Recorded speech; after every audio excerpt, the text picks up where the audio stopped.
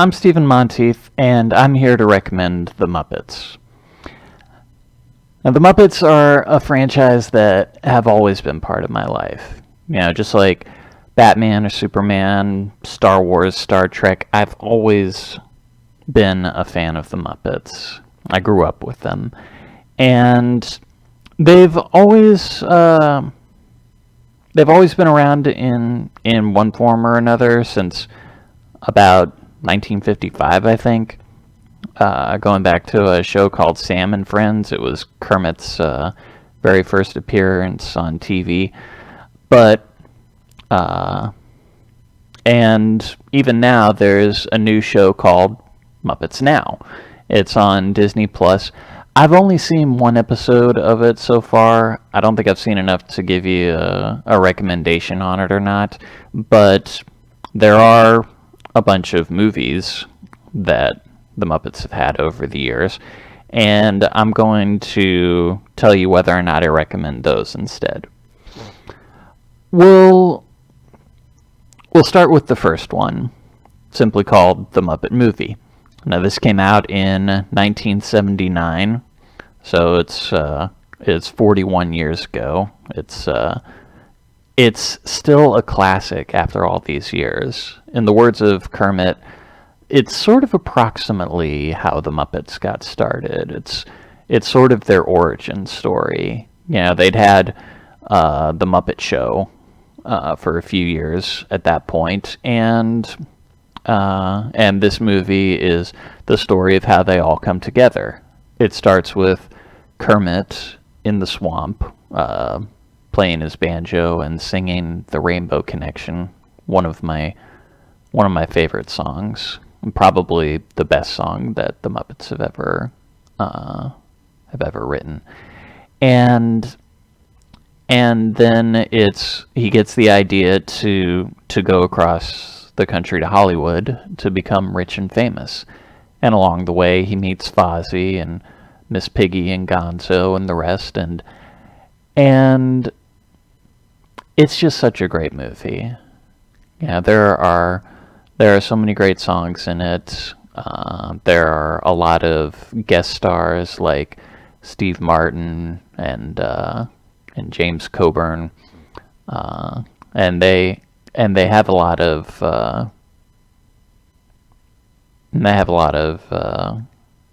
adventures along the way. And when they finally reach Hollywood, they meet Orson Welles' character, who's the big-time Hollywood producer, and he has just such an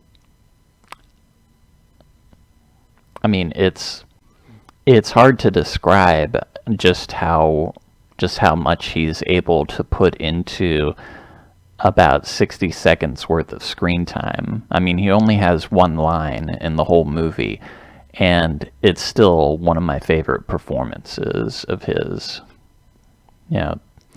So yeah, The Muppet Movie, definitely recommend it. Can't recommend it enough, really. And then a couple of years later, they did a movie called The Great Muppet Caper. Now this was a sort of international intrigue type movie where Kermit and Fozzie and Gonzo play investigative reporters, and they go to England to try and track down a jewel thief. And it's got a young Charles Grodin in it, and Diana Rigg as Lady Holiday. And it's I don't know if it's better than the first one, but it's at least as good. They've got great songs and great humor and a lot of great cameos, just like the first one. These are things that Muppet Movies and Muppets in general are always known for. They've got John Cleese in a little extended skit where he's where they sort of break into his home, but in anyway, it's You should definitely check it out. It's a great movie. The next one came in 1984. It's called The Muppets Take Manhattan. And this one is... It's sort of like an alternate origin story for the Muppets, I guess, where they play a bunch of recent college graduates who are trying to make it big by going to New York and put on a big Broadway production, and it proves to be, about as hard as you would expect putting on a Broadway production, and it leads to a lot of really heartbreaking moments, really, where they all sort of go their own way for a while, and they all have to try and get along without each other for a while. There are a lot of moments where Kermit is questioning whether or not it was even a good idea to try in the first place. It has pretty much the same message as the first movie, though. You have to follow your dreams, and you have to believe in them, even if you're the only one who does. And while it's a more realistic take on that than the first one, I still think it's a great movie overall, and I definitely recommend it. The next couple of movies came out in the 90s, and they're both sort of adaptations of other stories. It's not so much stories about the Muppets anymore. The first one is The Muppet Christmas Carol. It came out in 1992, and most of the characters in the movie are played by the Muppets. Kermit plays Bob Cratchit, and Fozzie plays Mr. Fozziewig. And the three ghosts, the Ghost of Christmas, past, present, and future, they're actually played by original Muppets, rather. And the Great Gonzo plays Charles Dickens, the narrator. And they did that specifically so they could get more lines from the original book by Charles Dickens into the movie. And Ebenezer Scrooge is actually played by Michael Caine. Now, he is probably my favorite Ebenezer Scrooge ever. The best performance that I've seen, and there have obviously been a lot of them. It's a Christmas movie, obviously, but I know plenty of people who watch Christmas movies in the summer, so go ahead. I'm gonna recommend The Muppet Christmas Carol.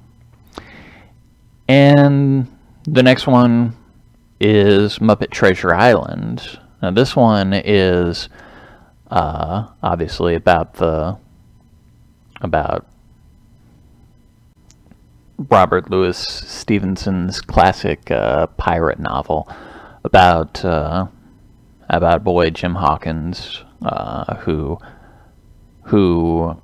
comes across a map to buried treasure, and he gets on a ship to go look for it, and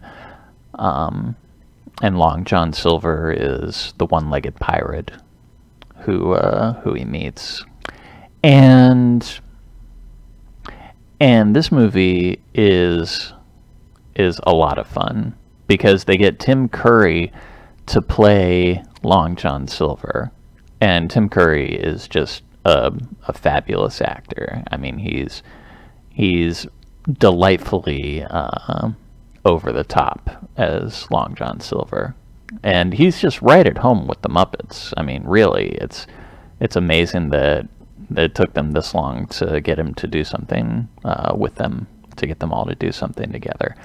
But again, it has a lot of original songs. Like one of them is called Cabin Fever, which I think nowadays a lot of people are probably struggling with that a bit.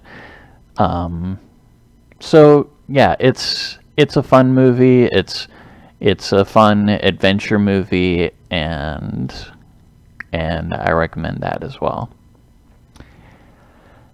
Now this next one, they try to do.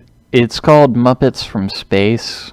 It came out in 1999. This one's a bit more divisive, especially amongst the people who made it. It's they try and get back more towards telling stories about the Muppets themselves. This one is the first movie that actually focuses on Gonzo. Now he's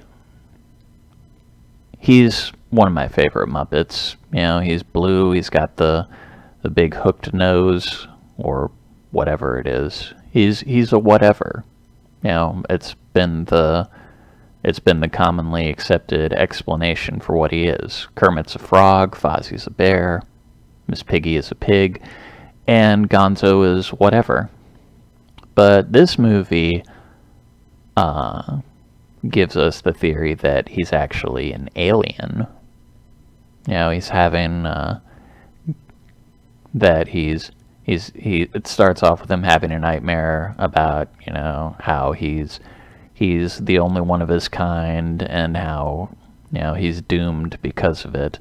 And then during the movie he gets contacted by his species, his alien species, and he's trying to become reunited with them. That's the point of this movie.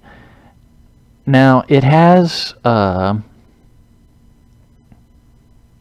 like I said, been kind of divisive.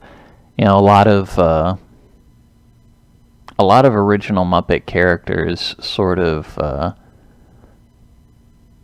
sort of put on a shelf, basically. Jim Henson, the original creator of the Muppets, he had died in 1990, which might explain why they decided to do, you know, adaptations of other stories rather than try and come up with more original ones. But the characters that he voiced, they were sort of retired, and new characters were brought in, which is fine. You know, Pepe the Prawn, he's actually kind of funny, and characters like Rizzo the Rat had become more prominent. He was, you know, he and Gonzo had become sort of a duo by this point. So those characters were more front and center, but the movie itself just sort of seemed off. You know, like it was more a parody of the Muppets than anything, and nobody really seemed to have Jim's vision for them anymore, and the characters became more, like I said, more like caricatures. You know, not so much who they really were anymore. I like Muppets from Space. I'm not gonna say don't watch it, because there are some moments in it that I actually enjoy. But But this is where it's actually kind of difficult. I'm not going to not recommend it, but I'm not going to recommend it. This one is going to be up to you. The next one came over a decade later. You know, like I say, they had some trouble trying to figure out what to do with the Muppets after Jim Henson had left. They had various TV shows that started and stopped, and they had Muppets from Space, which was kind of a disaster for them, I guess. But in 2011, they did a movie about bringing the Muppets back, and the movie was simply called The Muppets. It was written by Jason Segel, and he's one of the stars of the movie.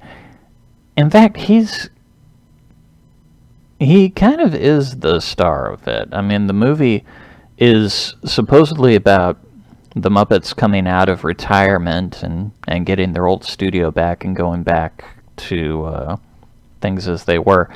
But there's a really big plot about how Jason Segel's character and his Muppet friend Walter and his fiancée, played by Amy Adams, it's trying to resolve their relationships with each other, and it kind of gets in the way, really. I mean, I like the movie. There are some good moments in it, but I don't really see it as a Muppet movie. And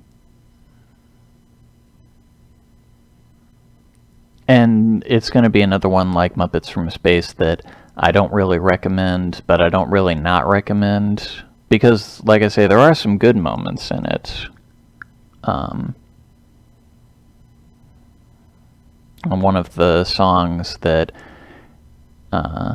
is sort of central to what I was saying about Jason Segel and Amy Adams and Walter is called Man or Muppet. It actually won an Oscar for Best Original Song. And I guess in a different movie it would have been an okay for me, but I want a movie about the Muppets. And the next movie that came out 3 years later, Muppets Most Wanted, I guess they kind of took that criticism from a lot of people to heart, and they tried to make it more about the Muppets themselves. They tried to focus more on them, but